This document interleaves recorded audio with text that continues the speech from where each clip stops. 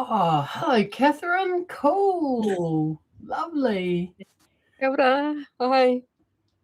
Nice to be coming. No. Looking forward to it. Beautiful.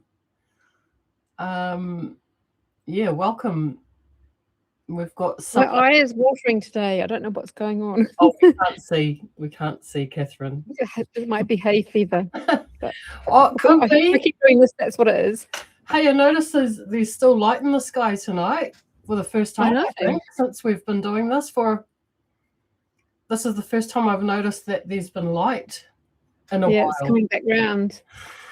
Oh, how exciting. Are you talking to us, Vicky? Yeah, I said winter looks like it might be coming because it's quite light here in Gizzy too, but then we haven't had today we've had a semi-fine day, so it's just been really dark and overcast. So beautiful, mate. Well, I'm going to say hello. Kia ora to everyone. Welcome back. It's only been 3 weeks since our last one. But I'm always up for it.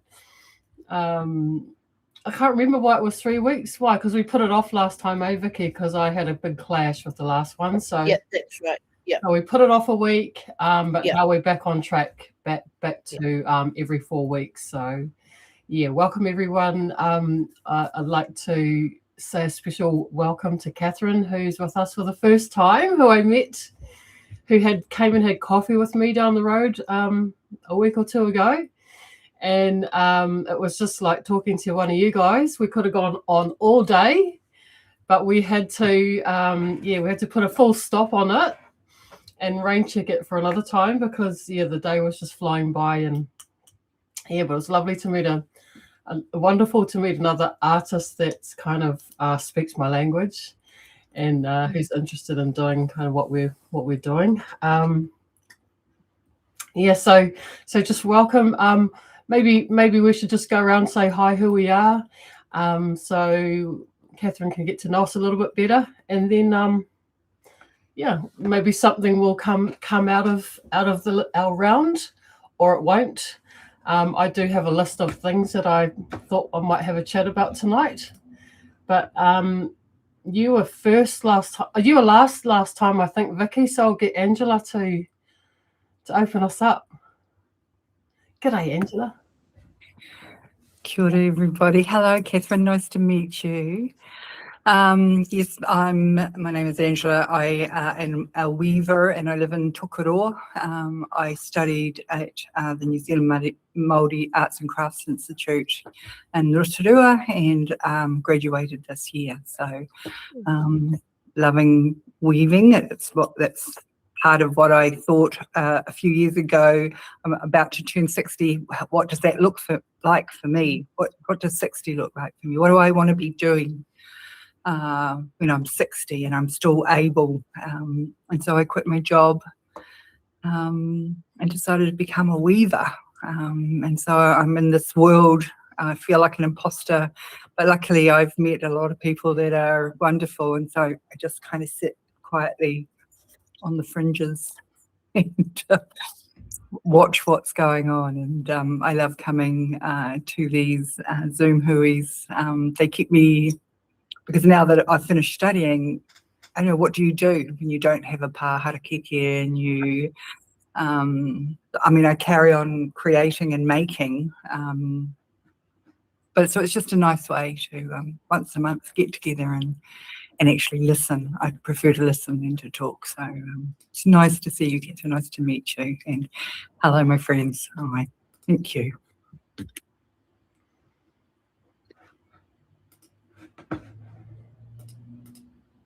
Hey, Vicky.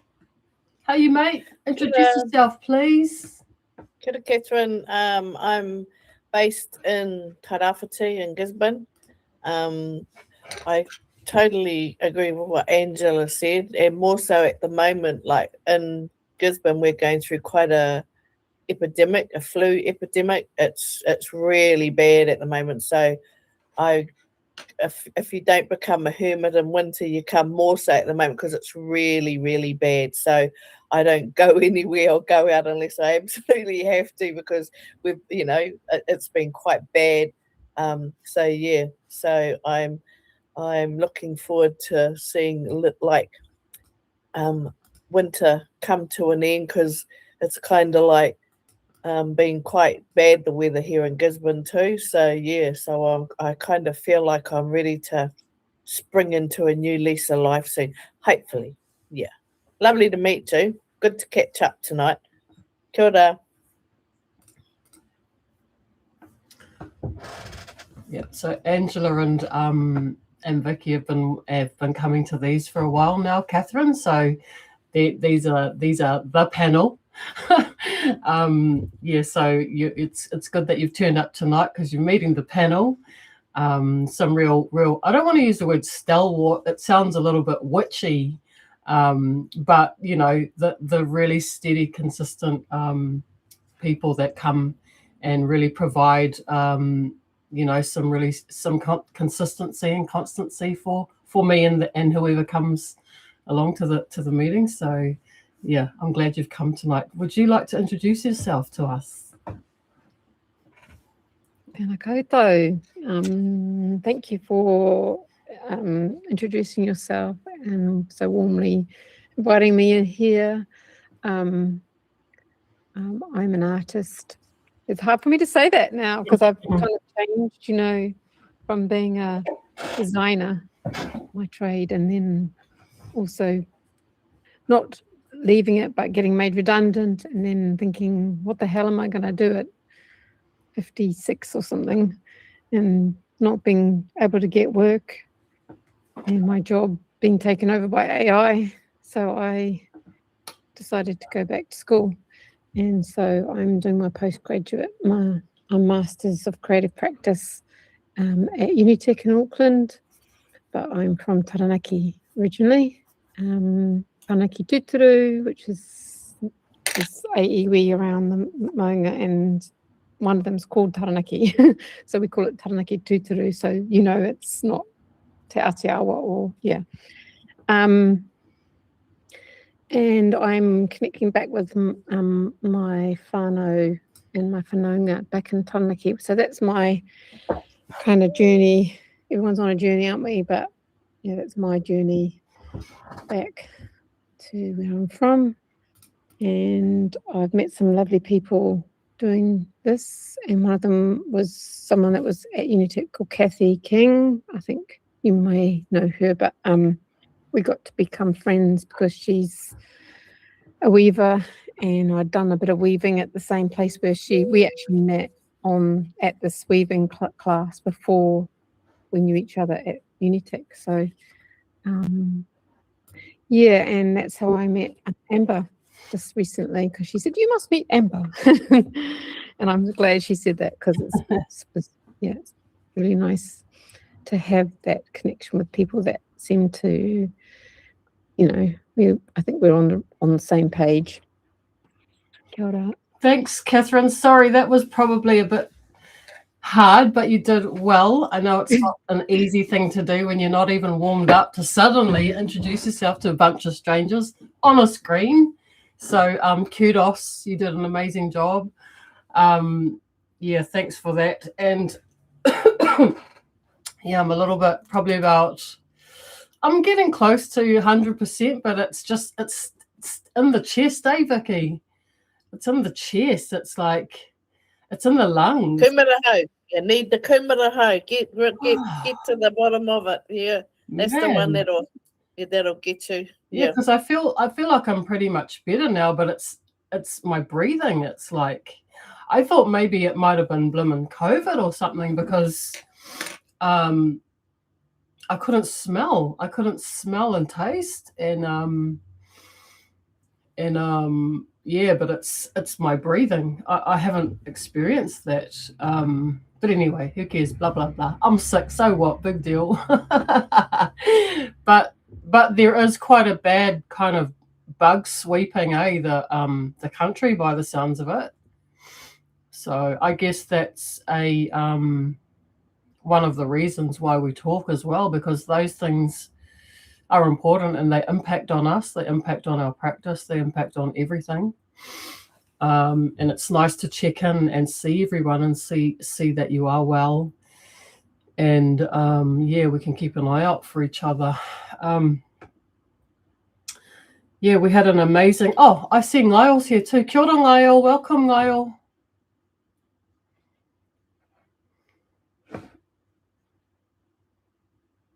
Kia ora. Nice to see you, buddy. Kia ora, everyone. How are you? Are you well? Yeah, good. Yes, I stayed away from the Raglan Wānanga deliberately because I got really sick after I'd been there last time, because it's a bit of a middle of winter and it's just a lot of bugs floating around. Yeah. So I'm so glad I did stay away, because I didn't get that second lot of sicknesses that I got last year. So it's unfortunate, but middle of winter. Yeah. So yeah, Good I'm on you really for glad I making stayed away. Yeah, making that decision. Did you Yeah. get to that, Vicky? Did you get to that? What was that? Did you get to that Raglan? Yeah, I did. Yeah, I did. I did go, but it was, yeah, it was good, because it was just about me, like, challenging my own journey. You know, like how isolated we can be. I chose to go to that because it just really takes me out of my comfort zone, and I did. I learned something completely new that drove me up the wall, but at the end of the day, it's good. You know, it's good because it pushed me to a whole nother level. Yeah. That's great. Was that the kete whakairo that they were doing? They did the workshop on kete whakairo, but because everyone's at different levels, so they kind of asked before the wānanga, like, what was it you were wanting? And so, you know, Vicky always chooses something out the gate, and so I sure did. But it was good. It was good. It pushed me, my mindset, out to a whole nother level. Yeah. Did you choose a particular pattern? The star, like, because of, you know, around Matariki. Oh, the star, that is so high. Have you seen that beautiful kete? Yeah, but doing it in 3 mil too. So, you know, like, if I didn't put it hard enough, I put the size that I've never done before. So, yeah, all good. That is amazing, that one. I just couldn't even, wow. You didn't finish it by any chance, did you, Vicky? What's that? You haven't finished it yet, have you? I did finish it. Yeah, I did finish it, and the handles are in it, so I hung it on my wall in the room so I can just look at it. And it's got character. It's certainly got character, but for me, like, everything that I'd done around it, I'd never done before, and because, you know, the Kiriana and Anita, you know, like, it almost took me back to the beginning of my rāranga journey, because I really struggled memory-wise, and throughout my journey doing kete patterns other than just basic, I just it was always a barrier. So that's why this one, like, I didn't even finish it there, like, and because it was so little, the whenua was so little. I would come home and I had to set a goal every day. Like, I could only spend an hour on it, because I'm so used to whipping up a pōtai, whipping up a basic kete, but this was like next level. So yeah, so I finished it. So I was really happy with the outcome. Would I do it again? I'm not 100% sure, but I did it. Yeah, I know what you're saying, because I've tried kete with tiny whenua, and then the concentration is so next level, like, it's so taxing, and then you've got all those tiny whenua, and you have to do all your locks and things like that, and it's like, man, I just want this to be over. I've done the pattern now. Why do I have to do the bloody, you know, all the lock and the handles and all that? You know what I mean? It's very intense. The smaller you go, your eyes, everything, like, it's just different. Yeah, I've done a couple of small whenua kete before, but it's not something, unless I have a lot of time and space, that I wouldn't really bite off a challenge like that, unless I had a lot of time and space to myself. Maybe it's something I could think about doing over in the holidays or something, but yeah. Well, that was the focus though, like that was the whole 4 days there. So I knew that I could, there was no interruptions other than my own insecurities of it. Yeah, nice. That Lovely. was the only interruptions I had. Yes. Yeah. Cool. Hey, I just had a little list there. What does it say? Do you have a favorite tool? I thought that might be something to have a chat about. There's a couple of things. The next thing is that I saw Fire Veranoa on TikTok weaving her doing her whatu, her kakahu, and she was on a live, and she had four or five other weavers all doing whatu on that live, and they were having almost like it seemed like a class. I don't know how old Veranoa is, but it just struck me how incredibly what's that word when people are quick and they pick up technology, and progressive, up on point, just technologically savvy in every way, on every level.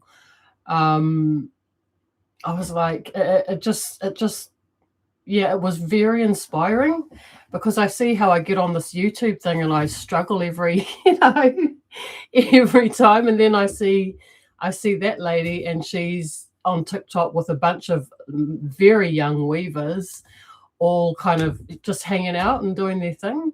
So I'm just commenting on that, throwing that out there. And the last thing was that isn't that like the ones that you can, like, part of their website that you can do different, like I think she has taniko, I think she has all these different types of online things that you can do. Like hey, Angela, is it right how you say that? Like, yeah. So you can do right from the beginning, prep, kono, konai. So that might have been what that was. Maybe she was doing. True. Yeah. Only because a couple of years ago I had looked into it. But for me it's just more that I don't function well in that space. It's like I've got to be more face to face, or else my attention span is zilch. No, you're right. That does make sense. So that might be one of the ways that she maintains some type of contact, ongoing kind of contact with her students. I just thought it was clever for a bunch of reasons. Because everyone's on TikTok. Business wise, I think it's a really good. Well, it's not really good. It's the platform, isn't it? So, I just thought it was worth commenting on, and that's interesting. My last thing was that I had my class up at the Botanic Gardens on Saturday. We had a one-day wānanga there, and oh my goodness, it was. Special's a good word, but it's not really the right word. There was something really next level about it, having the harakeke there. Nice. For the students to go down, pick maybe 3 varieties, test it, trial it, document what each one is, like for them, and then to be able to go back down if they wanted to try some other varieties, or try some more of what they had tried. Just because of the conversations that we've been having over the last month or so, it really hammered home the reality that, in my mind, in the ideal world, a rāranga school would have a harakeke with tons of harakeke there that, students could regularly and consistently clean and harvest from, and test and trial consistently. It really hammered home the need, I believe, for any weaving school to have a harakeke. So it was one of the best wānanga I've ever taught, I think. And that's because all the right elements were in place. Even the gardener, the head gardener from the gardens popped in for a visit, and there is a lady that weaves there regularly, a kaiako that weaves and teaches there, and she came for a nosy as well. And it just, we had Kathryn, Kathy and her daughter came. Kathy was actually in this kōrero last month, and some other children came too, and it just had all the elements of, what in my mind, all of the boxes to tick for kaitiakitanga, connecting to everyone, sharing what we have, just doing everything to a really high standard, and sharing that in the best way possible. And with the help and support of an amazing place like the Auckland Botanic Gardens, which I just can't thank enough for what they do. We've just got a place to go in Auckland. All us people like me that are renters that don't have land to grow harakeke can just go there and just use the most beautifully cared for, an extensive range of amazing harakeke. So yeah, I wanted to just mention that from a teaching perspective, the difference it makes to be not only in a beautiful building, which they had, but having that harakeke there that's been so beautifully curated and managed by those people there.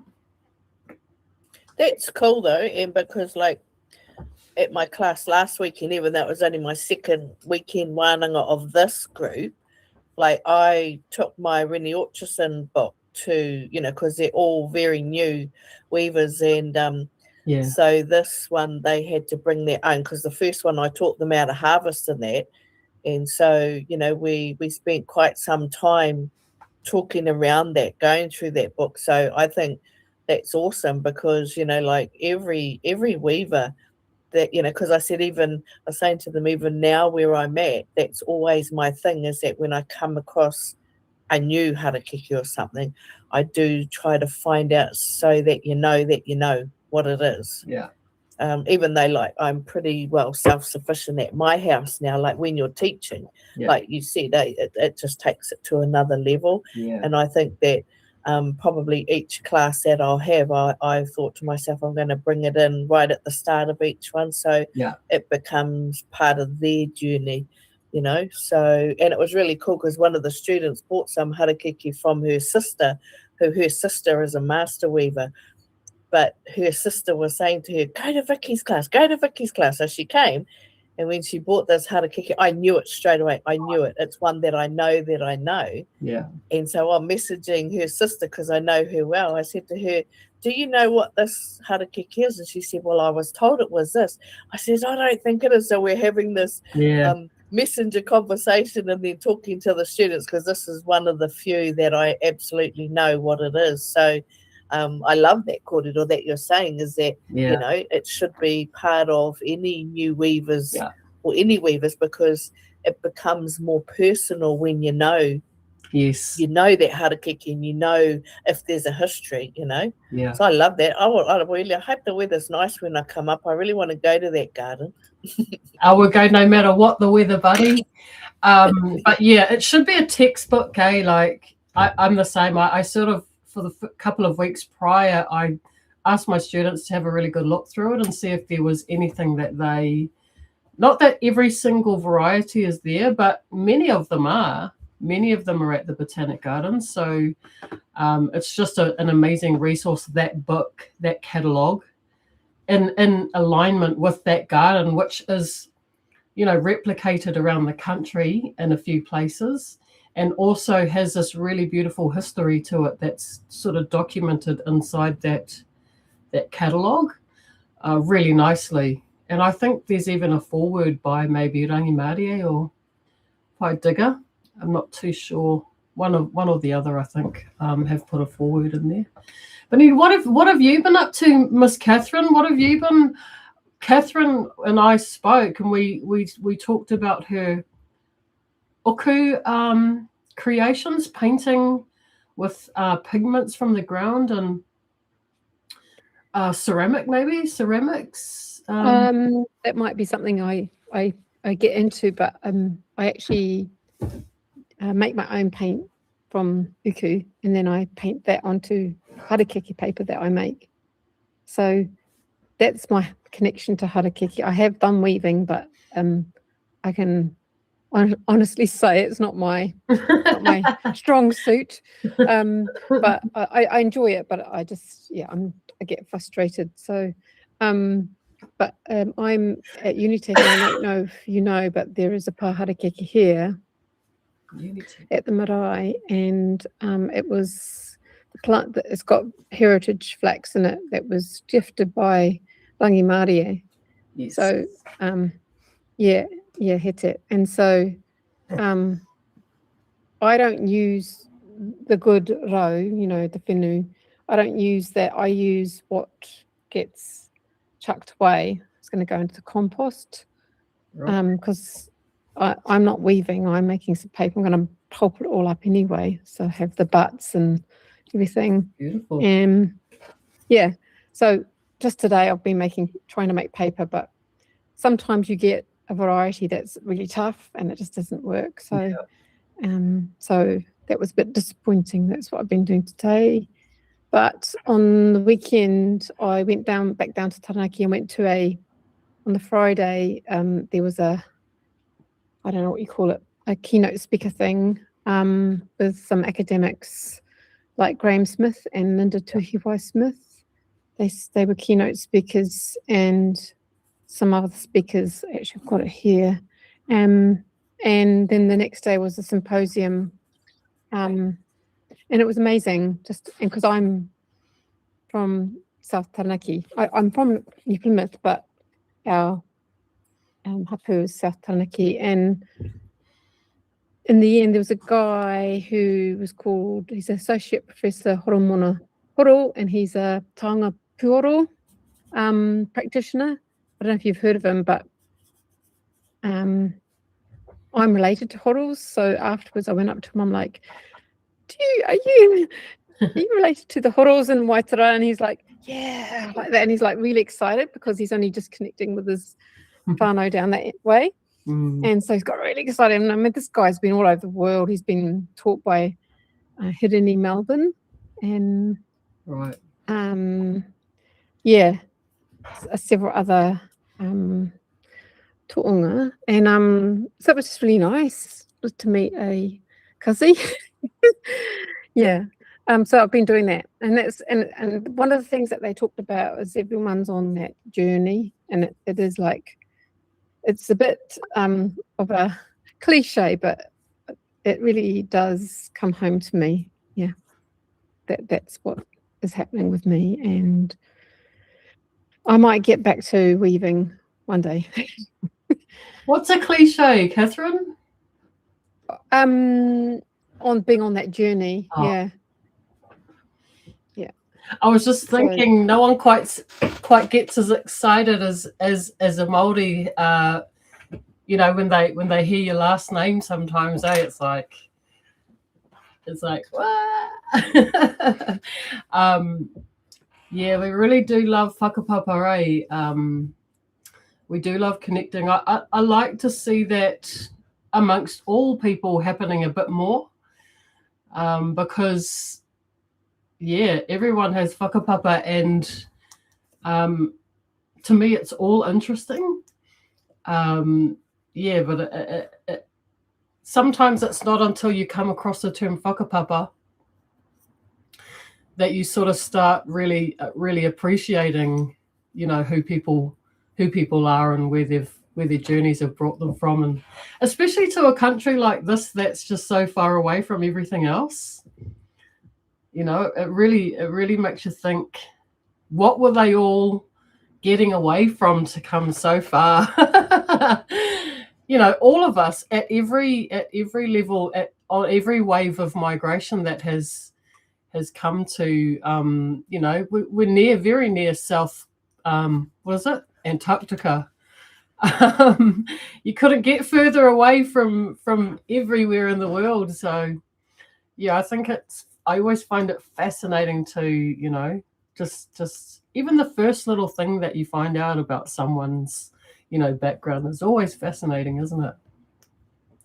But yeah, definitely, it's not cliched. It's wonderful. It's absolutely wonderful. Yeah, to get to know yourself better, to get to know this country better.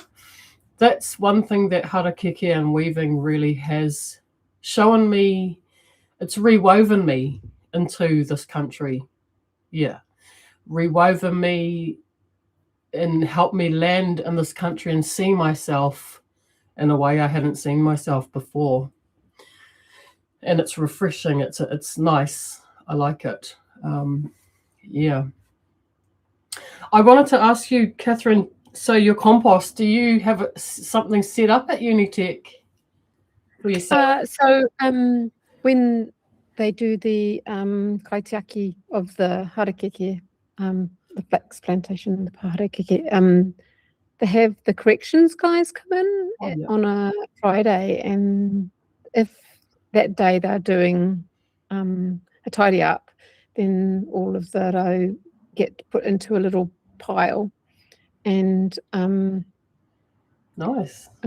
Sometimes also if someone's like my secondary supervisor is weaver, Raranga practitioner, and Hiniwai Marama White. Okay. Yeah. Hiniwai Marama Reihana White. Okay. And she does she's studying, she's doing a PhD, and it's she does the whariki, but papa whariki, she calls it white papa wai whariki. Okay. Papa wai whariki. I think that's what she's and she puts them into the awa here, which is comes from spring or waraka, and she's trying to establish whether that kind of mat that sits with some rocks actually filters the water, because there's a lot of sediment, and so she's thinking, is there a way that we can clean the waterways with that? Right. So that's her kaupapa. So what was your question? I love that. What a weaver, eh? What an artist. I was just asking if you have a compost system set up for yourself, because you're making your paper out of offcuts and things. Yeah, so what I do is I grab it, and then I just cut it up into smaller bits, and then I rat it in some water for a few weeks. Nice. And then I boil it up. Normally, you would, nature would take its course, but it would take months and months and months. Yeah. You can boil it and then rat it and boil it and rat it, and but I put some soda ash into it to speed up the process, and that softens it up enough for me to then put in a blender. And then I put that into water, like a big tray, and then I have a thing called a decal, which is like the frame to make the paper. And then you make the paper, and then you have to let it dry. So it's quite a process, and I've got buckets and different stages of retting. Nice. Yeah. And it gets really smelly. As you know, when things go off. Today it smelled like fishy for some reason, but and each time you do it, it's a bit different. Like I can actually show you if you want. Yes, please.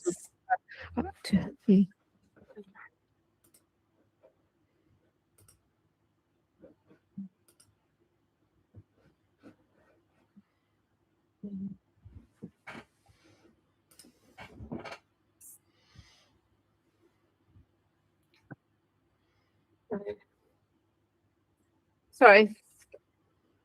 I'm going to turn off my, see if I can turn off my, where is that? Background effects, so you don't get that funny, slightly blur. Oh, there we go. This is in my studio. Hey. So here's just a little bit of paper. Lovely. So it's got that translucency to it. Is that the size that you generally make? Oh, I've got bigger, but then I do a circular one.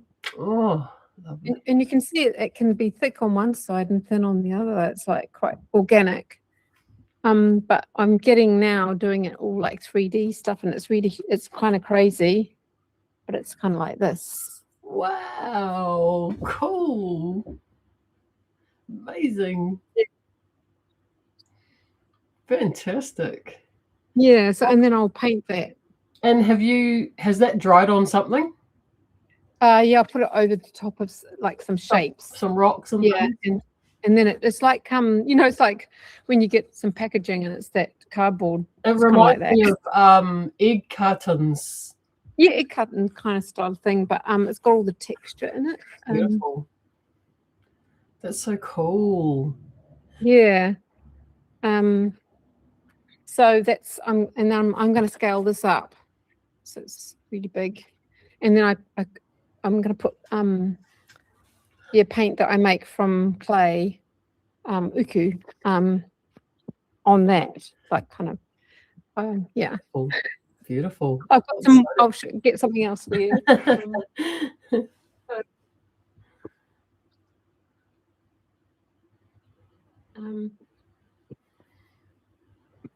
Here's some. So that's also iron, onipurino iron sand. I don't know if you can see that. Wow. It's very contemporary. It's not like traditional at all. It's very gold. That color's very gold. Yeah, that's kiri whenua. And then I've got this one, which is kind of like, yeah, that's papa stone, papa and iron, onipurino iron sand. Wow. Yeah, with on raw. There's so much going on, Kathryn, because you're making not just your paper, but also your pigment, right? Yeah. Probably making your brushes and things as well.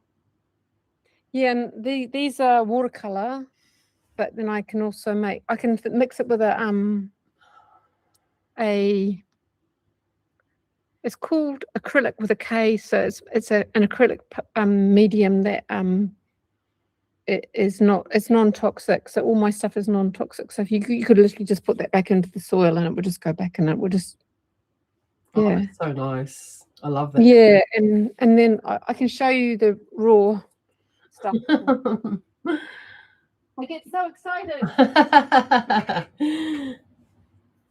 Like, you know how like they say, oh, so in a past life you must have been, and I'm not a believer of past lives, but I am a believer, and I think scientifically they've proven that you can inherit feelings and reactions to things. Scientifically, you're like muscle memory, but in your cells. Right.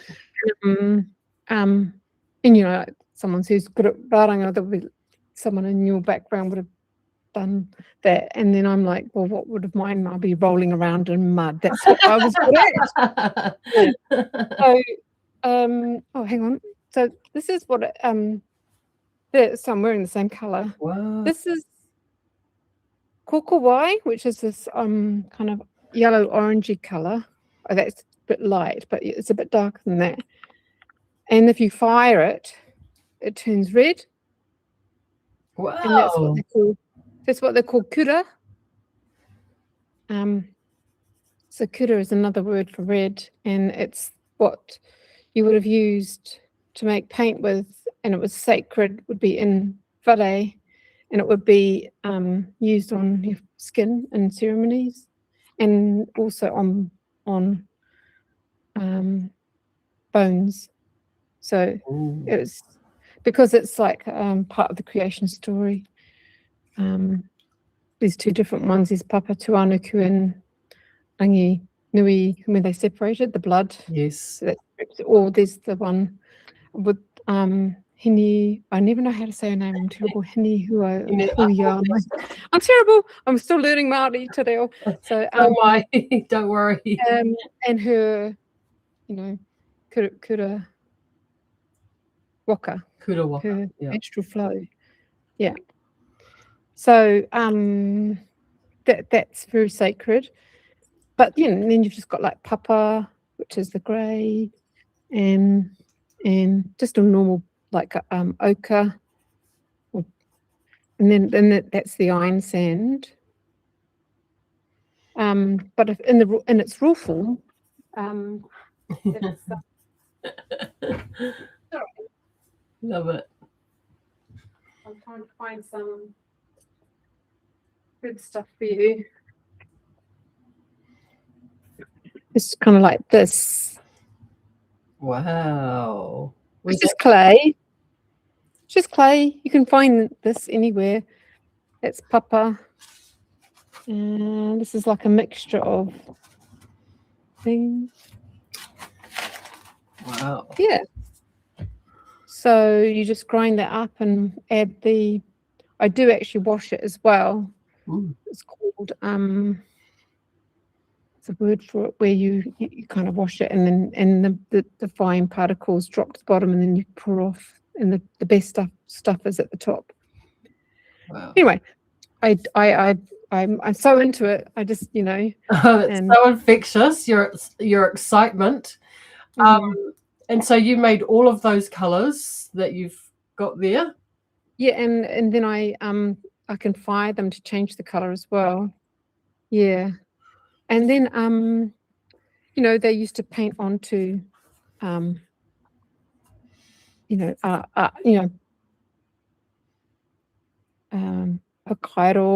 I'm not sure about Pākehā, how much they would have. That's something I'm not sure about, but my cousin's wife, Taranaki, Manu, she does kakahu, and she's a sewer and been in the fashion industry, and she paints on with dyes and things and uku paint onto. I can put her. I'll put it into the chat if you want. Taranaki Manu. So I would say that you have to dedicate quite a lot of time to all of that. Yes. And it's funny because for us, I don't know if other weavers agree, but for us generally, weaving's just the fun little bit that you get to do at the end of all this, like 90% of prep. Yeah. It's very little weaving, to be honest. Same with this. It's all in the production, the processing everything. So part of what I'm writing about is actually, it's not the outcome, it's the process and the method that you use that's way more full of meaning. And not only that, the how good it looks, how good it ends up looking is all in that process of preparing those materials, isn't it? Like it just looks better. Yeah. That prep is done really well, doesn't it? Yeah. I went to a workshop with oh gosh, my brain's it's a bit dead. What's her name? Who does the ote? Oh yes, Nico, is it? Nico Hinden. I went to a workshop to do manu ote kite paint making, and we made the paint and everything. She's like, it was explaining how you've got to really, really make it as fine as possible. So the best uku is where you find it and it's already really fine. Right. But if you get it when it's got lots of bits, other things in it, like even iron sand, you have to wash it. And then even then after that, once you've made the paint, then you can then get a glass not burnisher, but I can't get my words out today. But and then on glass or ceramic tile, you yes, I've seen people making paint, and they're doing that with the so that's like a grinding process after all the rough grades. What it is when the paint, it actually helps the paint get onto the surface of each little bit of iku. Yes, so, and it actually just makes the paint go in more, absorb more. Absorb. And cover the whole, each little is covered. So or it might you put the medium and the water in, and it has to imbibe into it. And fascinating, Kathryn. So how long have you been doing that now? So I started doing my master's. No, I actually started doing a postgraduate certificate, thinking that I would just maybe do a diploma because I wasn't sure about the academic writing side. And then I realized I could do it. So then I decided to do a master's. And so I think I started over 2 years ago, and I've kind of done it in a very circuitous route. Right. But I'll be finished at the end of the year. Thank God. Hopefully. Fingers crossed. I've got all the writing to do, and that's not my strong suit, but I just want to make stuff. I know. It's infuriating, isn't it? Yeah. I'm the same. But it's also good. It's made me realize like you learn more about yourself, don't you? Yes, you do. I do think it helps you define and clarify your lane for yourself, and I think that's important, because you don't have to wait for other people to do that. You can do it yourself, and you can speak from a position of confidence. I think if you're ever questioned, which is inevitable, I think that people will, especially for us that are teaching, we'll get questioned and challenged.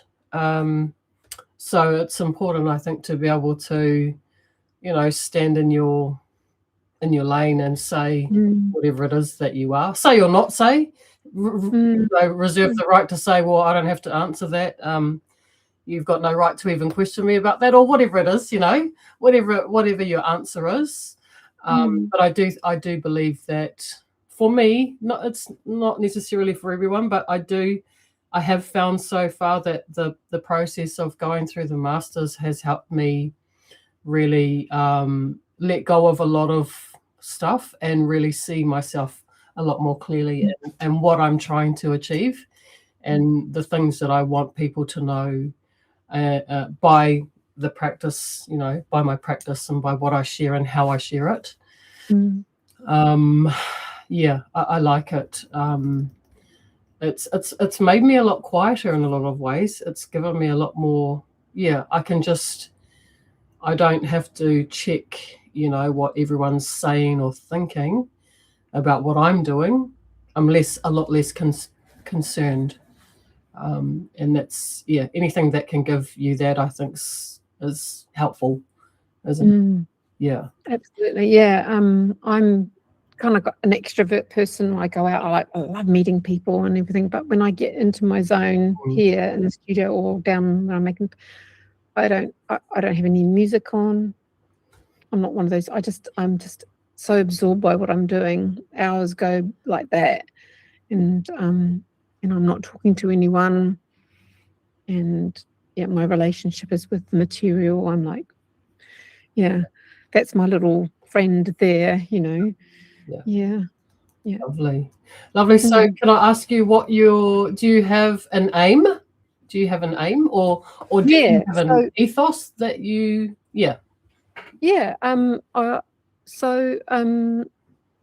I guess it's a creativity thing. Kind of, it's circular, kind of like you're going around and around, and each time you're creating a story about something or someone or so, and each time you can then iterate on it. So I guess I'm trying to think of a framework that other people could use. Maybe teach that. Yeah, I don't really know. I mean, I would like to teach, but I want to do that back in Taranaki. I want to help revitalise Mātauranga, which has been decimated. I mean, it's been decimated everywhere, but particularly so in Taranaki because it was one of the richest sort of lands in New Zealand, and it was completely. Well, you would say that being from there. Yeah.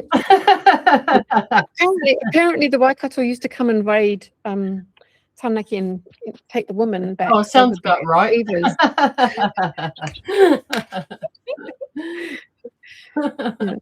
But I want to pass on what I've learned and my own learnings. I'm not reinventing the wheels. People have done it before. Yeah. It's just yeah.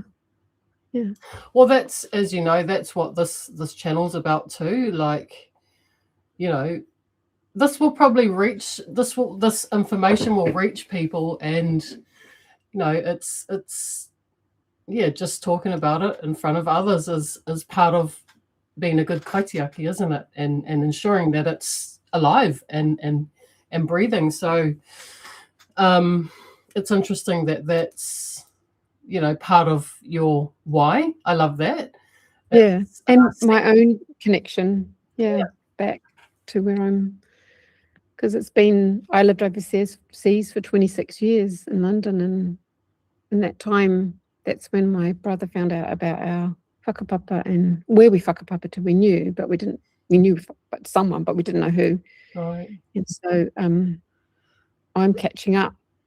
I've come back 10 years ago, and my father, he connected with our marae, and before he passed away, so it was really great for him. But yeah, this is my own way of connecting to it. Yeah, I feel comfortable. Yeah, lovely. Yeah, lovely. Yeah, it's something about this knowledge. Even though like for me, I went to an institution to really dive into the knowledge. It's the reality, the real true story of it is that it still is, even if you're inside an institution or outside of it. It's intergenerationally handed down face to face. And it seems to be that it's embedded with that. It seems so naturally embedded with that responsibility of, because of the way it's shared, that responsibility of passing it on, because it's been given so freely, and it's been hard won knowledge, isn't it? Like survival, it's survival knowledge. So people, learn these things the hard way. But they shared that knowledge, and so it's important to. There's something so magical and uplifting and good about passing it on too. There's something that just happens. So all of these beautiful toy practices seem to be embedded with those elements, don't they? Yeah. That's partly why I think why people like, people on this call like doing them, because of those extra layers. It's not just chucking some colors on paper, which is cool too, but it's, that's storytelling, eh? Storytelling. That word came up for me just, I don't know, yesterday or something, and it came back when you were talking about the circular thing. It's we learn by stories, and we also teach by telling stories, but the things that we make tell stories all on their own, don't they?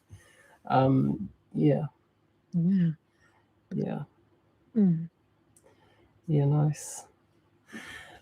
Well, good to meet you, Kathryn. I'm excited to see what you keep doing. Really appreciate you coming and sharing all that with us. That was, and I actually want to get my hands in some of that. It's a bit addictive, I have to say. Oh yeah, no, maybe I don't want to do that.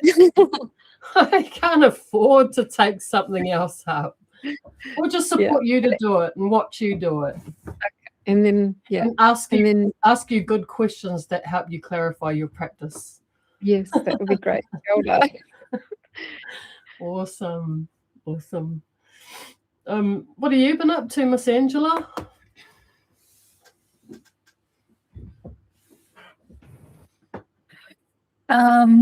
What have I been up to? It's been an interesting couple of weeks for me. I had my hip replaced 2 weeks ago today. So it's been nice to be homebound, and I can't do anything really but sit here, and I've only just started back weaving. I don't know how I lasted so long without getting my hip replaced.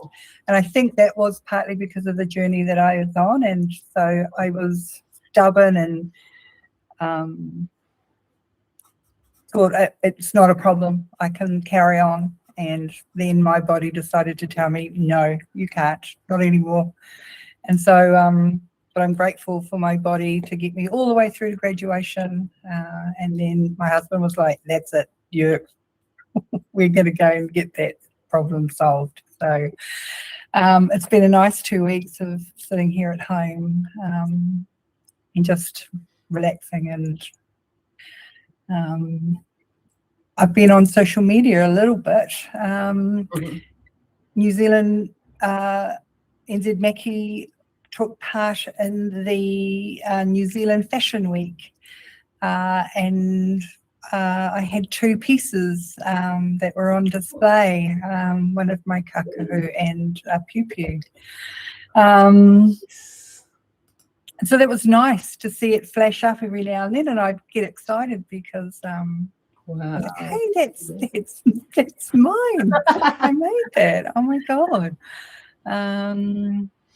So that was nice. That was nice that NZ Mackie choose the pieces that they want to keep and choose what they want to sell. Right, yeah. And I think my kakahu was just one of the things that couldn't sell. That's what I thought. Oh, they can't sell that one. They've just put too high a price on it. And so it was nice to see it. Wow. There on display. So that was really lovely. Because whatu is my thing.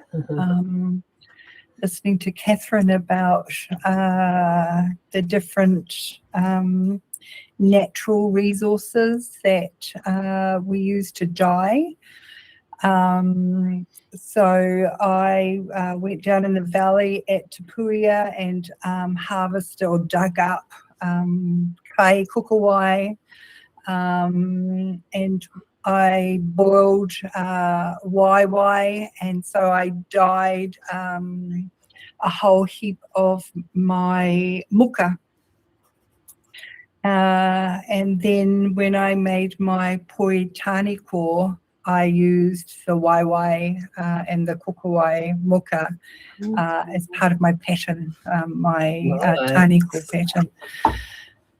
And that was a real learning for me. I just always think of how amazing our tupuna were when I look at the kakahu, especially the taniko, because that's my joy as taniko.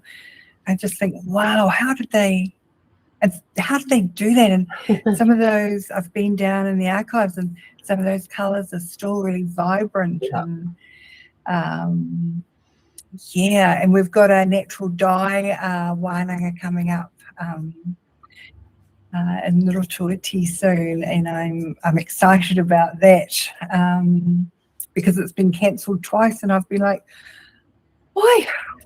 The things you really want to do, sometimes when they get they don't happen for whatever reason, I'm like, oh no, am I meant to? That's what I always think. Am I meant to learn? or was I meant to hold on and wait, you know? So that's coming up in September, and I'm excited, always excited to find out what things you can, you know, go along fence posts and pick off all the lichen and boil it up and you know, see what happens, and go in the ngāhere and grab some different bark and things like that. And so I will be very interested to know other ways that I can colour my muka, and because I would really love to make do some more work with muka, especially coloured muka. Yeah, all of those things are exciting to me. So amazing. Yeah, no, just sitting here, healing, and excited to be able to finally, I'm hoping to finally be able to get down on the floor, because we have some things coming up that I really want to be a part of, and one of that is because all our whātaki sold, my husband and I were going to buy my whātaki, because I was saying to him, I probably will never make another whātaki ever again. But no, I've been assured that amazing. I will be making more whātaki. And so just fixing my hip will mean I'll be able to get down on the floor, and that's what I'm really hoping will happen. So I'm excited about that. Yeah, that's me at the moment. Angela, I'm so happy for you. I'm just going to jump straight in there. I'm so happy for you. Someone I adore had a hip done, you know, a few years back, and it was a whole new life, absolutely whole new life. And he was in agony every single day, limping around, and had just gotten used to it, you know. And a whole new life, and you know, when you came on tonight, I thought, what's different about this girl? She looks different, and you know, you look more relaxed, you look like you have less pain already. I don't know, you just did look different to me. I had an appointment today where they took the dressings off to have a look at my wounds, and I'm healing really well, and the nurse was amazed. And so sometimes rest is where the power is, just slowing down and stopping. But I'm stubborn, and I think, no, I'll be all right. That's how I am. That's how I've always been. And so I need my body has to stop me. Otherwise I'll just carry on. And so that's what my body did. And so, sometimes I just needed to slow down for a minute. So I'm grateful too, and I've heard nothing but good things about hip replacements. So I'm excited. It's so exciting to think of what you accomplished with your hip the way it was. What are you gonna do next? Watch out. It's exciting, buddy. And another whātaki. Why not? Yeah, that's right. Why did I get into? I think about that all the time. So, Amber, why did I shut up my business? Why have I decided on weaving? What is actually? Why am I in? Why did I jump in that stream? Why? Well, you watch. And it hasn't come yet. That answer hasn't. You just come keep yet. going. You'll see. It's unreal. What will happen now? Now that you've taken care of something, because actually it also weaving, it forces you to look at yourself, and you have to do some things. You have to. There's no way around it. You have to do it. And there's things that I have done purely because it will mean that I can weave some really important things for myself, which I wouldn't have done before. Do you know what I mean? It's forced me to do some things, otherwise it's going to impact my weaving. Well, I'm going to do it then, you know. Things I've made those sacrifices and those decisions purely so I can weave, and purely so I can weave well. Nothing's going to get in the way of that for me. Nothing, you know. And yeah, I love that it forces you to, you know, to look after yourself, really, because you know, the better you are, the better you're weaving. It's just, there's just no two ways about it. That's just all there is. Yes, I'm excited, mate. Jeepers. Thank you. Crazy cool. Kathryn, I know you said to me that you might, might pop off. That's fine. I'm going to. Oh, again, I want to stay and talk. See you again. We'll see you another time. But yeah, definitely, I can't jump on again, and I'd love to hear more from every 4 weeks. We're here, Kathryn. Yeah, okay, don't be a stranger. And also, I'd love to come to one of your wānanga. Fantastic. Botanical gardens. I'll send you my dates. All right. Talk soon, Kathryn. Yeah. Kia ora. Everybody, Kia ora. Kia ora. How are you, Ngaio? What you up to there?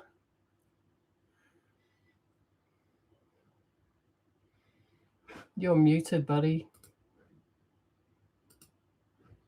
You're muted, Ngaio.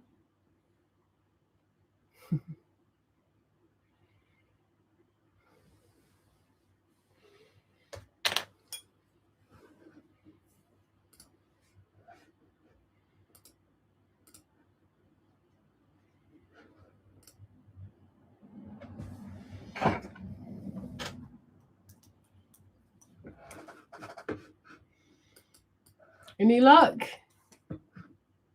No.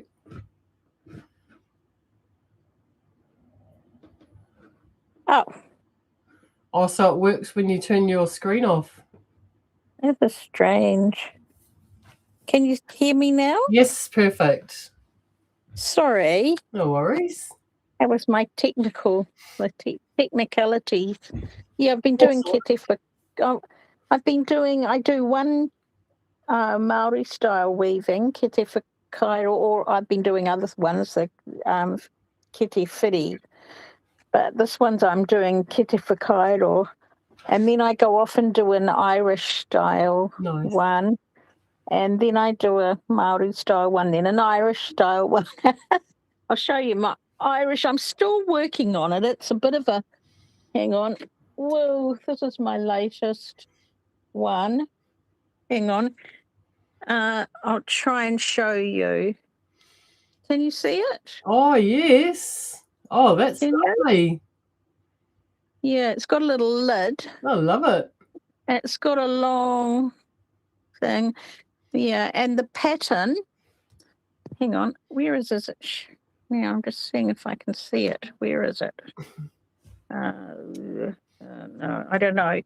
I just have to trust you can see it. Yeah, we can see it right there. It's perfect. Okay, green pattern. Yeah, it's called Sailor's Knot. And it's quite interesting because you can see how Irish people, they did the symbolism like Māori. Because that sailor's knot, Irish were right into knots, tying knots. That was sort of a knot work, and sailors did a lot of knots. And this knot is sort of symbolic of a relationship without end, continuity, and, you know, love without end that will never end, and interconnection. Love it. So, and it is similar in that, you know, most Māori patterns have got a particular meaning. And so this one does as well. So, yeah, that's my first attempt. But as you can see, it's a vertical, horizontal rather than diagonal. Yeah, it was quite challenging. The diagonal is stronger. Okay. Because of the pushing of the diagonals, opposite diagonals against each other. Yep. It is stronger, and this verticals were no good until I did a single whatu which Okay. in is called twining or whatu in Māori. Yeah. So it's a single whatu, and without that, in between every row, it just didn't have the strength. It would just collapse. It was all wobbly, wibbly. It didn't have the tension. I understand. There's not, the diagonal weaving has much better tension, and you don't need that whatu. If you have a whatu in there, that's fine, but you don't have to have it. Mm. And then, of course, with the pattern, I had to go under 5. Well, I mean, this pattern would have been all right if it had been taki-tahi, but, with the vertical, horizontal. But because there was under 5 in some places, even with diagonals, you lose a lot of strength. Yeah. When you're going under 5 or under 3. So that's where I had to go back. And luckily I had a latch hook, because I was able to use that latch hook after the event when I saw that it was too weak. I did all the pattern and it was just so wibbly wobbly weak. And then I went in with a latch hook and I did a whatu between every row, and that just gave it the strength it needed. Nice. And so now I'm on a kete whakairo now, but nothing. Just a very simple, that one with the 3 lines that way and the 3 lines that way, little squares with 3 lines in a different colour. Anyway, which some people, it does make a diamond shape, and some people call it Parakei, but it actually, there's that message that back in the Pūrākau say that someone, I don't remember it exactly, they gave a message by putting 3 lines or 3 notches, and then there was a message back 3 notches. So I'm sort of making it symbolic of that communication by doing these notches or lines, 3 lines. That's one of the patterns anyway. That's I think you probably see it more in tukutuku, the 3 lines, 3 shortish lines, and then 3 shortish lines back. There's like a reply.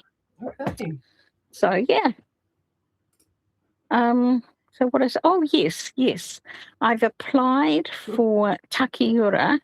Oh, wow. Takiura. The name's something like takiura te wānanga or te kōrero, something similar to that. I don't know that I've got it exactly right, but in Auckland here there are 2 rūmaki, so total immersion te reo courses. And I'm not including the wānanga because they don't have enough time in their total immersion. They're only once a week and then once a month in noho. Right. So these ones are every day, 5 or 4 days per week, 9 till 3, and you have to have your backside in there. Yeah. And it's rūmaki, so it's total immersion. Wow. And it's for a year. So I've applied for, there's 2 of them in Auckland.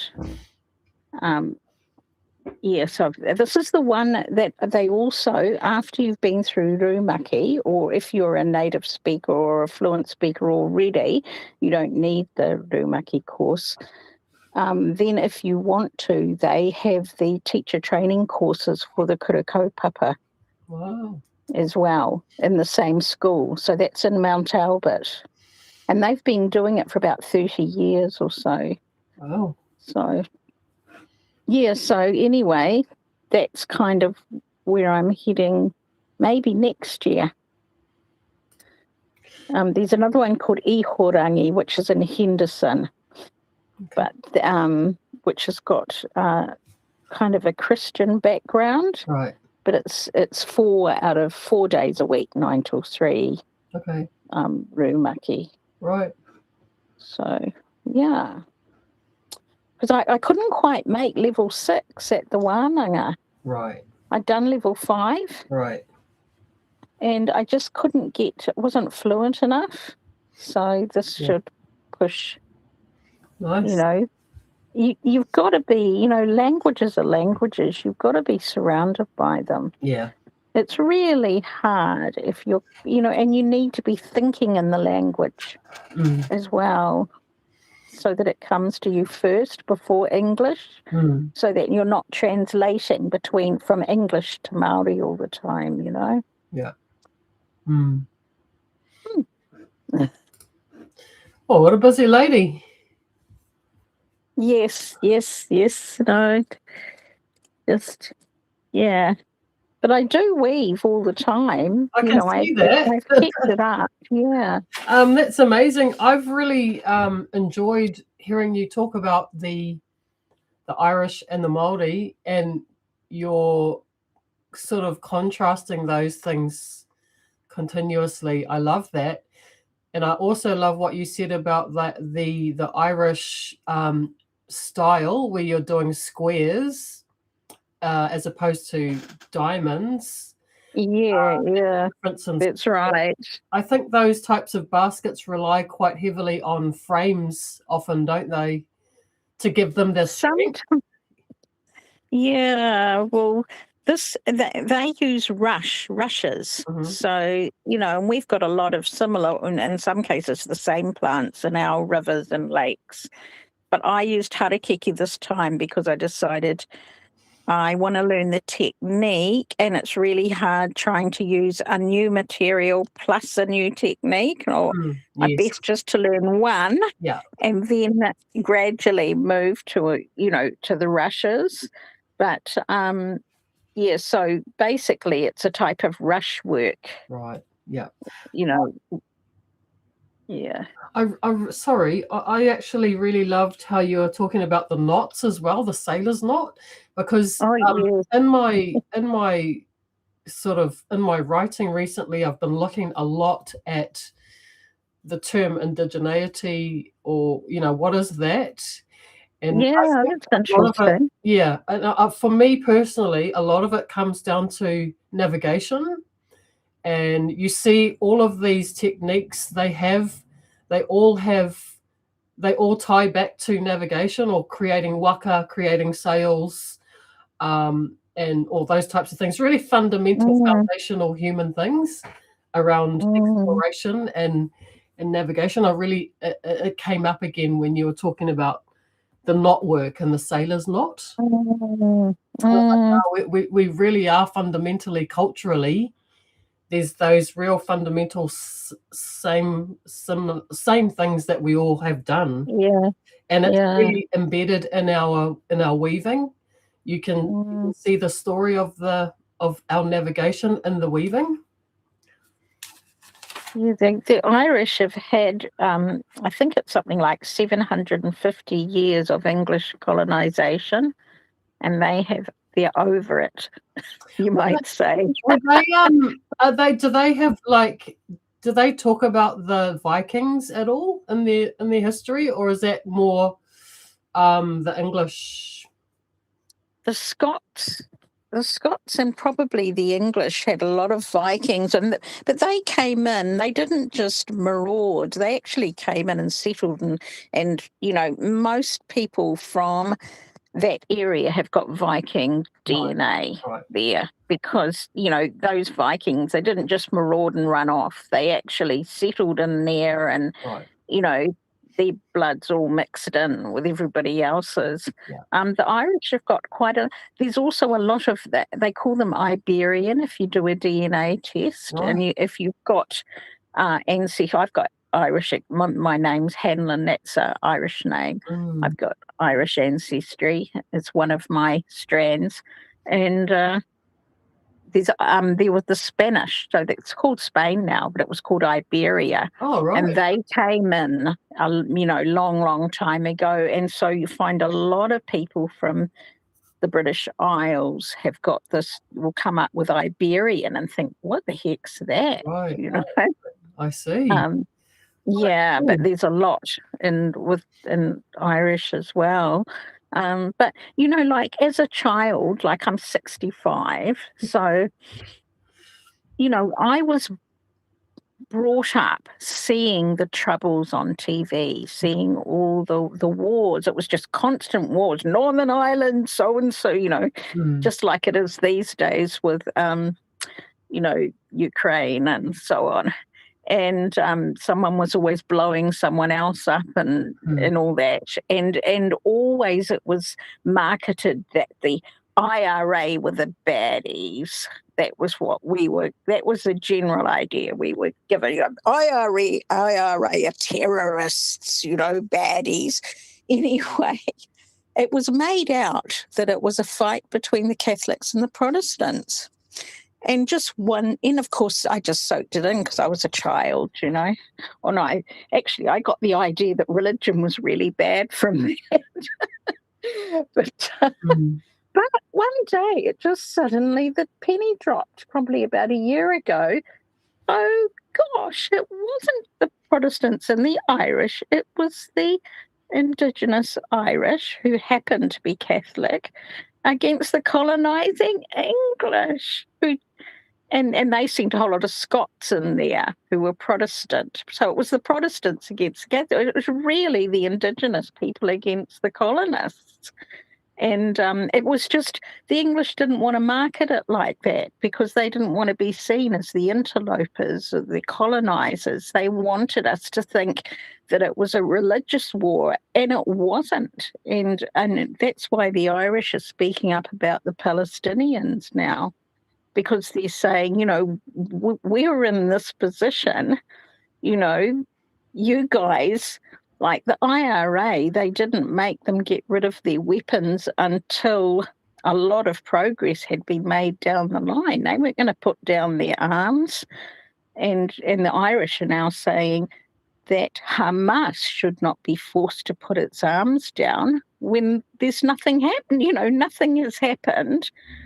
You know, you need to have some progress to show that the Palestinians are going to be okay before you put down your arms. So, yeah, so it was pretty interesting, really. No comment from me on any of that. I'm too ignorant to make a comment on that. But yeah, nice to see you, Niall. Yeah, and good to nice see to see you too as well. Māori and Irish weaving. I love that. That's really cool. Really cool. Yeah, great. I'm glad that you're keeping up with it. And also, are you thinking of teaching? No, not at this point. Because I'm not Māori, I won't sell Māori weaving. Okay. Or that's my policy. Right. And I won't teach Māori weaving either. And also that's my policy. Right. In terms of Irish, I can do what the heck I like. Because that's my whakapapa. I just thought I heard you saying that you were going to do some type of teaching course. No, that's te reo. Yeah. And I'll be a student, But not, I'll be a student. No, that's another thing, is that I wouldn't teach te reo either as a Pākehā. There's plenty of Māori to teach te reo. It's not necessary, and in fact it's a negative, I think. But, you know, this is a controversial topic. Oh, I don't know how controversial it is, but I've had some great Pākehā teachers of weaving. I've learnt a lot from all kinds of people, not just and weaving techniques are universal. So I kind of some of them are, some of them fundamental, but these to be. Yeah, you're probably a bit broader about it than me, but I prefer to be on the safe side. If there's a chance that I'm going to cause offence or harm to anybody, I prefer to stand down. Yeah, makes sense. I mean, you know what works for you, Niall. That's right. Because there are people that are that can be a bit rough about how they ask questions and things. So So yeah, you got. I mean, Kathy was here talking about that last week as well. Last month. Oh, was she? She also decided not to teach mahiraranga because she's Pākehā, and she really appreciate kind of those the questions that the way I guess some people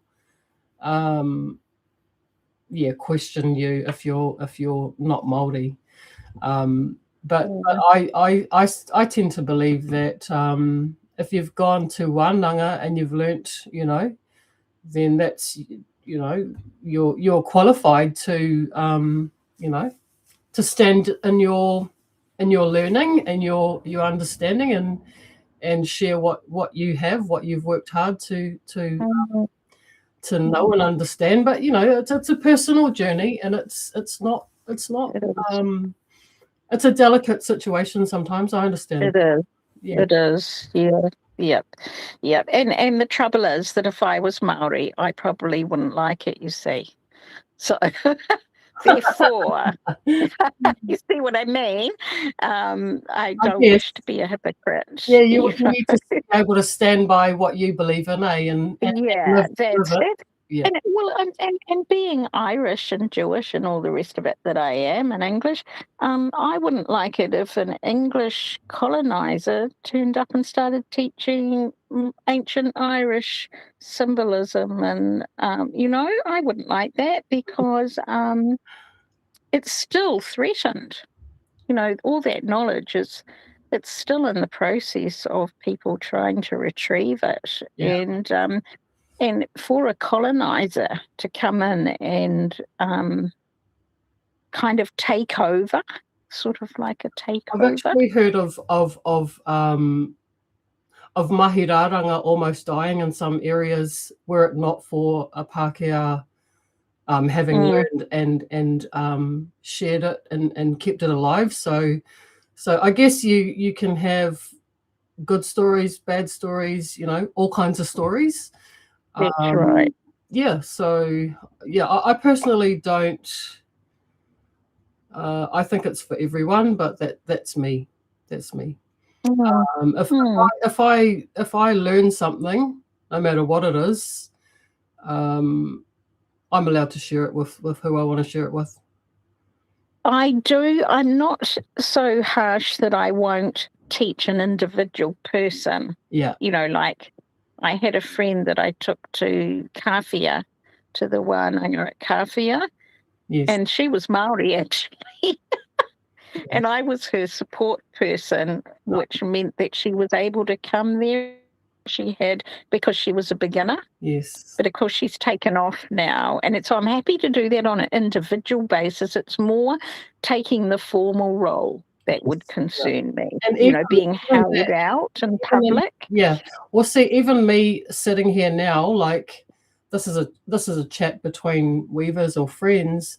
I would say, I would even say within a formal environment that I am not an expert. I don't speak on behalf of anyone. No. And I share what I've been taught from my teachers, and the knowledge comes from my teachers. It doesn't come from a race. That's actually a good point. Yeah, well, it's a good way to explain it, isn't it? That you're carrying on what has come from them. Yeah. And it means that I don't have to say that I am the be all and end all of anything. I'm really just a holder of some things that have come to me face to face. And that's a good. Yeah, the hope is that I will pass them on in the best light and in the best way that they were given to me. Yeah, that's right. That is nice. That's lovely, actually. But I think, also my people are the colonizers. We did do the damage. So it's particularly difficult for me to then start making money out of selling, well, from my point of view. Make money and make a business out of it, selling Māori traditional knowledge type work. But no, I recognise that people have different. Yeah. But as I said, if there's a likelihood I'm going to cause offence or harm to anyone, it's better not for me not to do it. That's my, and I am recognising that I am a coloniser. We are, my people are the colonisers. There's no hiding from that.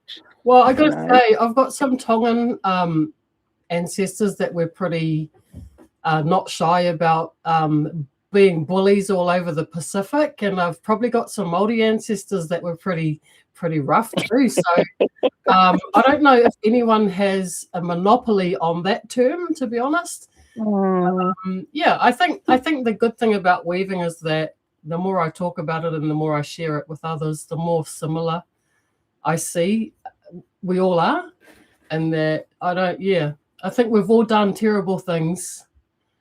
Oh, all about people, but we're living in it at the moment, and it's what's current. Like my people, this is a continuing colonization. Didn't just stop. It hasn't stopped. It's continuing, and in fact, it's getting worse at the moment. It has been getting worse the last few years with this current government. So, yeah, it's a current issue, very current. Nice. Cool. Awesome. Well, I love our space where we can talk about anything. It's amazing. Beautiful. Thanks, Ngaio. Well, it's so good to see you, Ngaio, and thank you for talking to us and sharing your beautiful work with us tonight. It was really lovely to see that. Thank you. Really nice. Thank you for letting me join your group. Oh, really nice. Well, we're getting there. 1:46, mate. 15 minutes. Oh, 7:33. 27 minutes. What have you been up to, Miss Vicky? I think you hinted that we might be able to have a little sneak peek at something that you've got over there. Maybe, if we're good. Your star, Pākehā. Any luck? I just said I did send you the picture, and I sent it to, how you did that messenger on the chat. Yeah, on the messenger, yes. that group one. So I'll put it in that later.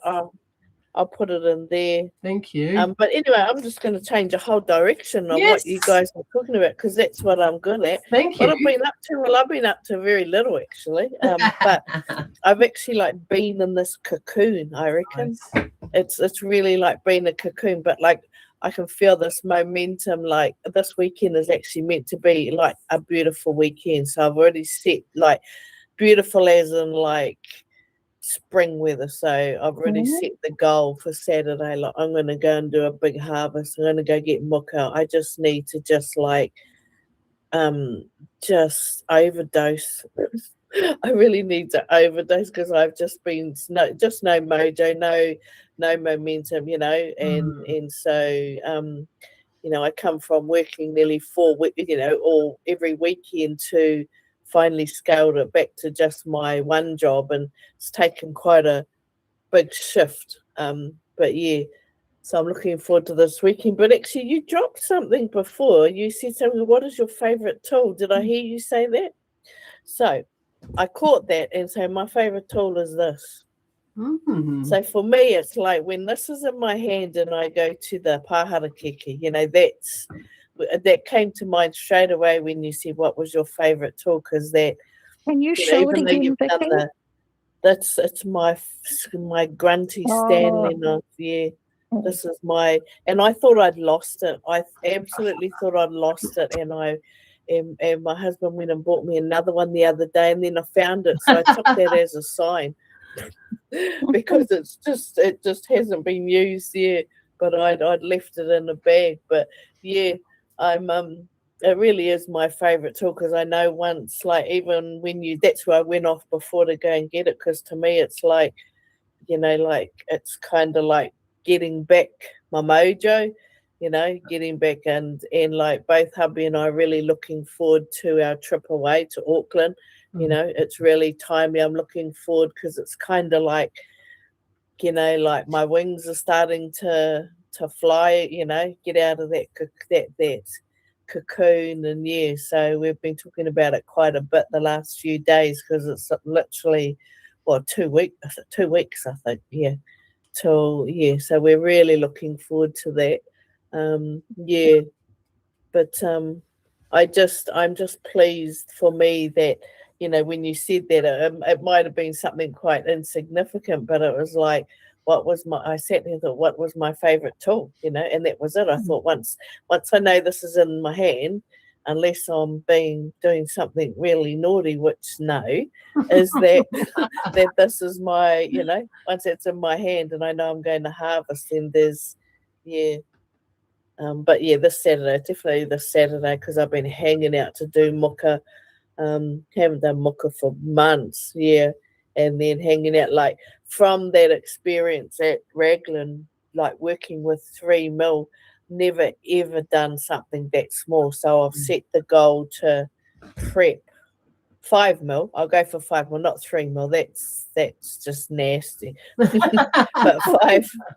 5 mil, I thought I'm going to try that and make a little, probably a little nanny kete of some sort, yeah.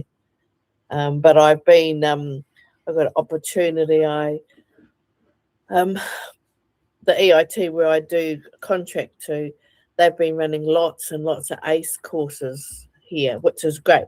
So they recently ran a jewelry one. So this lady is a master weaver, but she does the jewelry, you know, with the clay in it. Whoa. So she's invited me to go to her place. Wow. So yes, I'm going to go to her place on Saturday.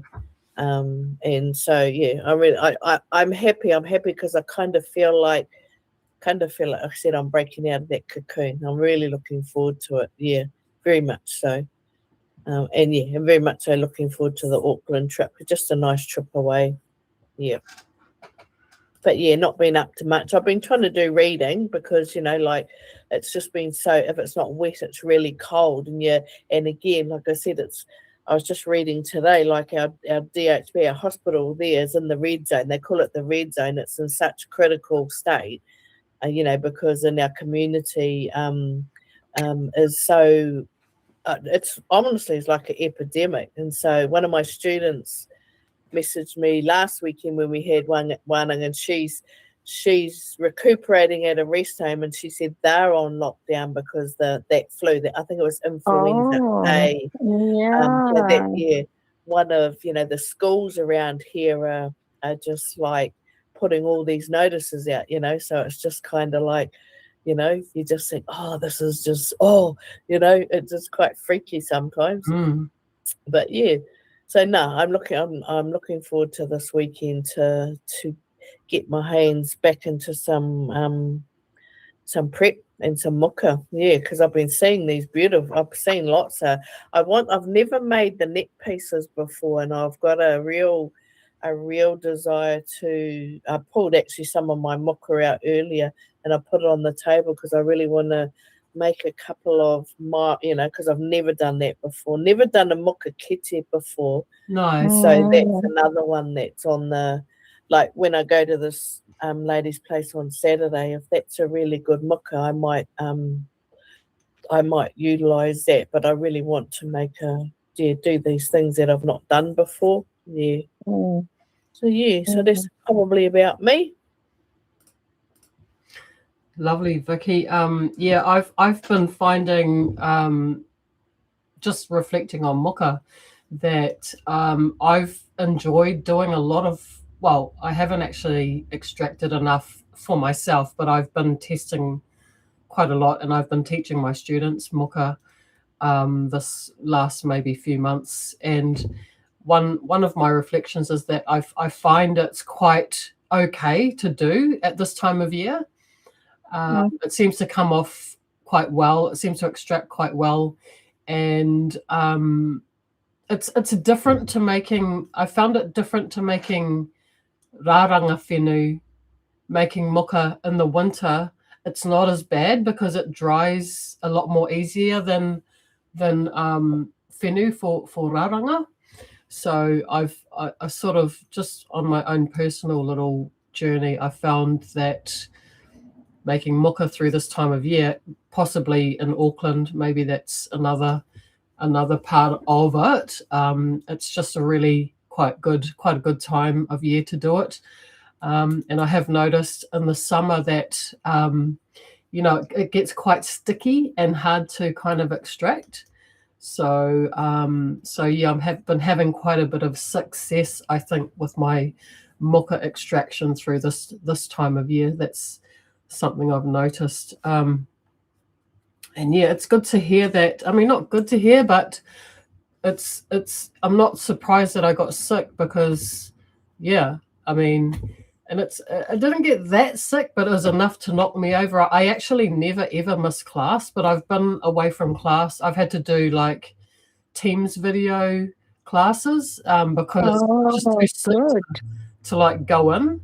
And I didn't want to be all over everyone, and that, it was just enough to be not the thing to go in and be around everyone, just in case. Yeah, I just wanted to kind of minimize all of that. But yeah, it's if you've noticed it, it's obviously huge out there in the community. So it's good to know that I'm okay. I'm on the right track. I haven't been terribly productive, but it's just not that time of year anyway. And yeah, I've definitely been in the cocoon myself, either work or home. And I'm also going to that wānanga, the dye one. Oh, Yeah. lovely. Can't wait.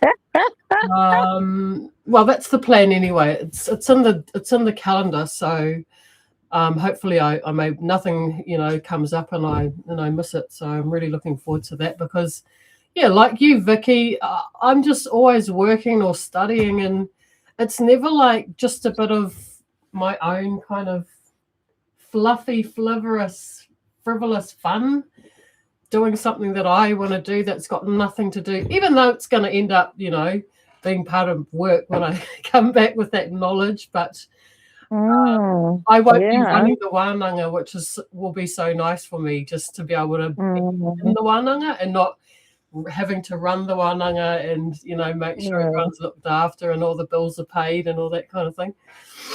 So yeah, I'm really looking forward to that. And I need to do more of that. I need to take some time out. I need to get a massage. I hurt my neck and everything's kind of, I need to do some work on myself, and I need to blah, blah, blah. I need to, spend some time on myself. Yeah. Look at this. Look at it. Look at the handles though. Oh, beautiful. So nice. Yeah, so that was it. Wow. It's just such a complex looking pattern, eh? It was, by golly gosh. Was it just as complex as it looks? Yeah, it was. But it's I always look at it, there's a lot more, like it pushed me past where I wouldn't go past before, whereas I just got hoha trying to do patterns, trying to go through the book. So I'd kind of have like about 6 different patterns I'd stick to. So for me, that was the great thing about it, was, it pushed me past that.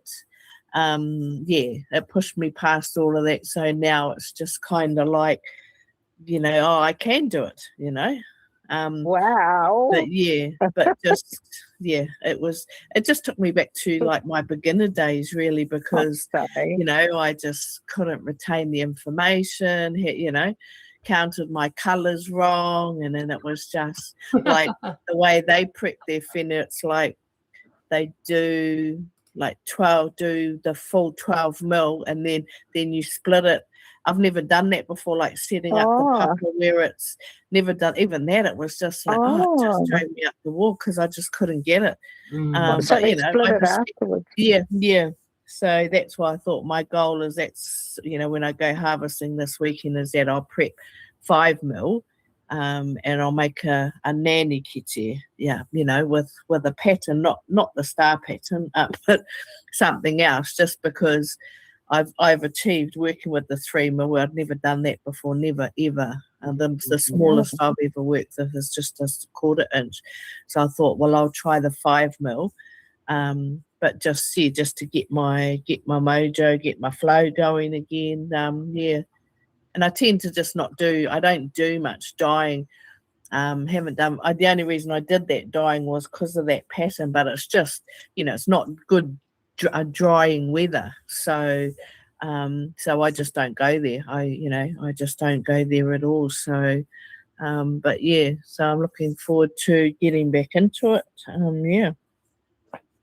Vicky, that is a beautiful kete. And it was quite mind blowing. Like, even that's got the 2 colours. Yeah. Your colours seem to ombre. That's how it kind of looks. And it happened like that because I hadn't counted enough. But when I put them together, I thought, well, those are my 2 favourite colours. So, what the heck? Yeah. Against the natural as well. Yeah.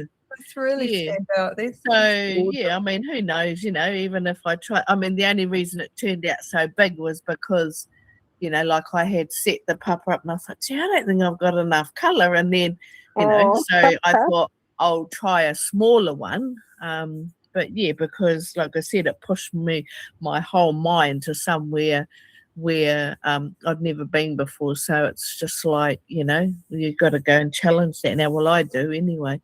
Yeah, that's right. Yeah. I mean, it's exciting trying another challenge, eh? Oh, yeah. It wasn't at the time, but when you look,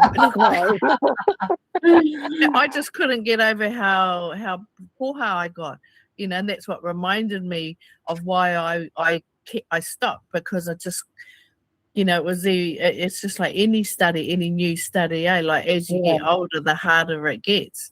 Yeah, and so that's like for me, it was like, I just wanted to. I even said to them, "Look, I'm done with this," and they go, "Well, no, you're not. This is what you come here for." So I went, "Oh, good." I mean, even the first day, I just fluffed around because I just didn't want to.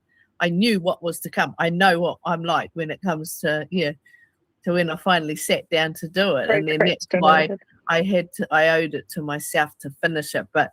Like I already had the handles. That's how I roll. Like when I do muka, I'll do a whole lot of muka. I do a lot of when I do it, and then I always have a couple of handles spare, so that there's no. That's just like I don't roll with like make a kete and leave it for months. It's like if I'm gonna do it from start and then finish it, and then it's done. Yeah.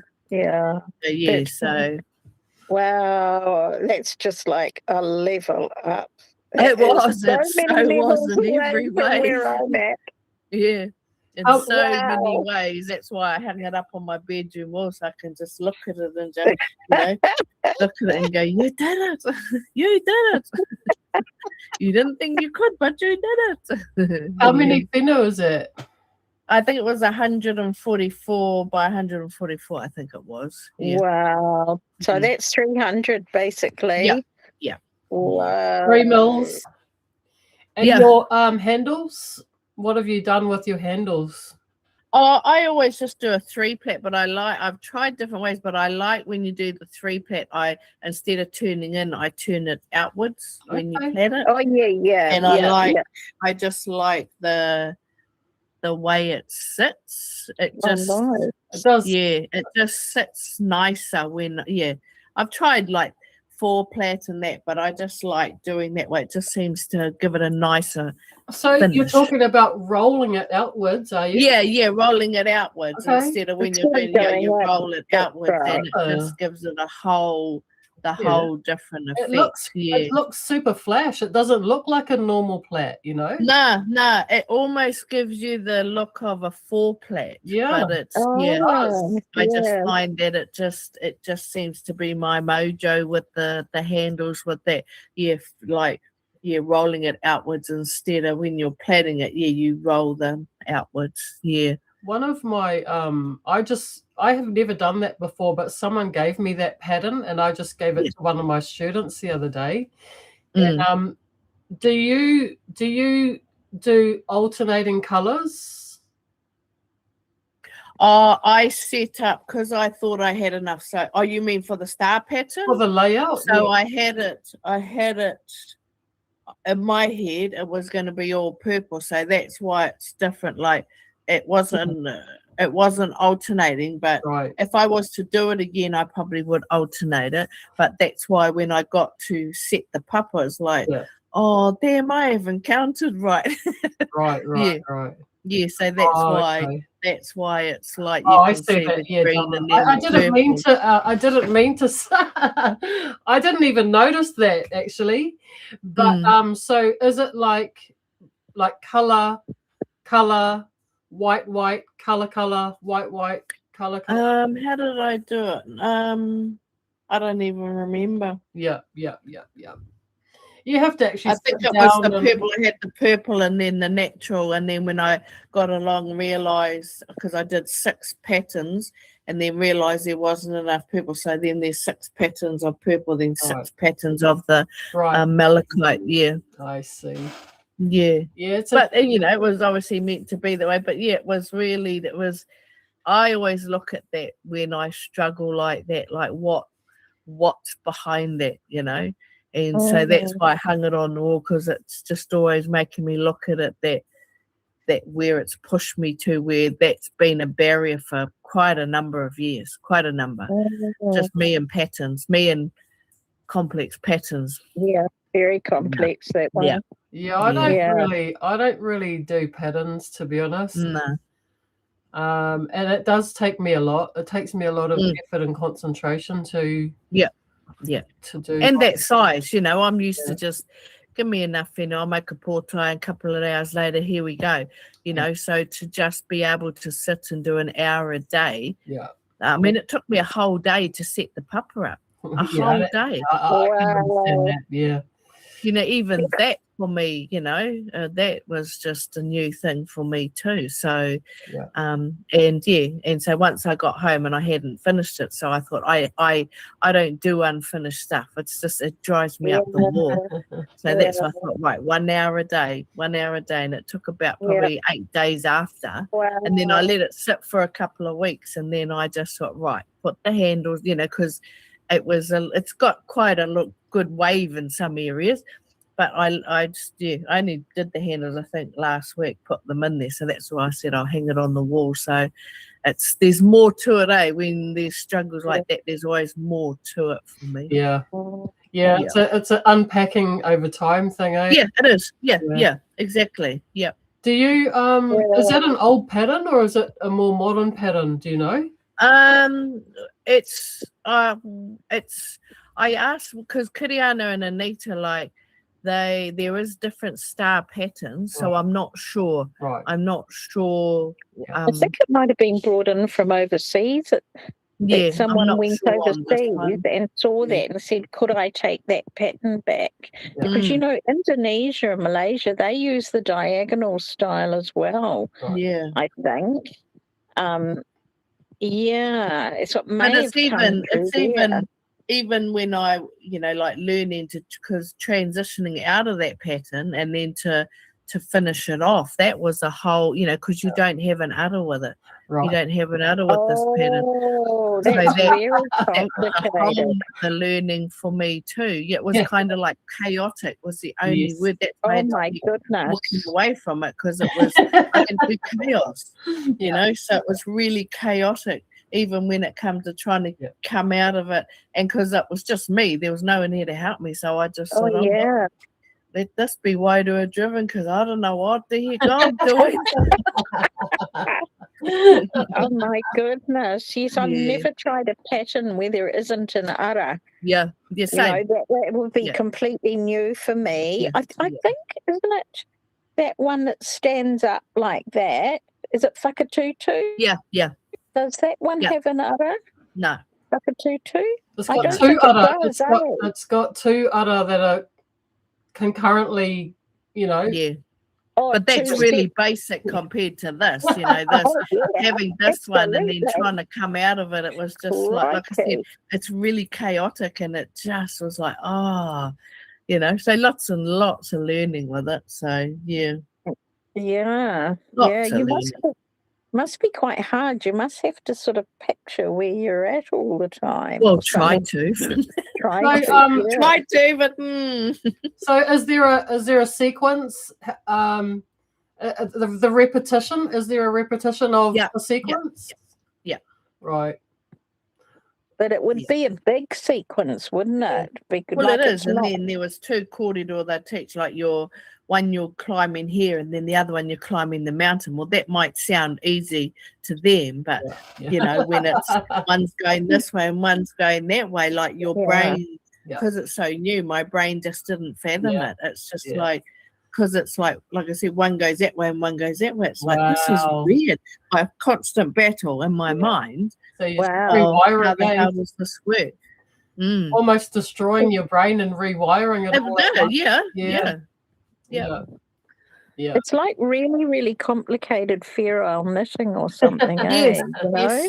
yes, Yeah. 100%. Yeah. I think I'm too simple for that, Like, I don't. Yeah, I like my I life thought I simple. was. That's why that's why I leave it on the wall, because like I achieved it. Yeah, so for amazing. me, that's Amazing. huge. Yeah. For me personally, Yeah. in my journey, Yeah. when I look at it, it's like I say, like, well, there it is. There's Yeah. the beauty from within. Amazing. That's next Amazing. level, Yeah. and that's exactly how I teach. So for me, I've achieved that. So bring it on. It's brilliant, Vicky. Wow. It's a real internal kind of.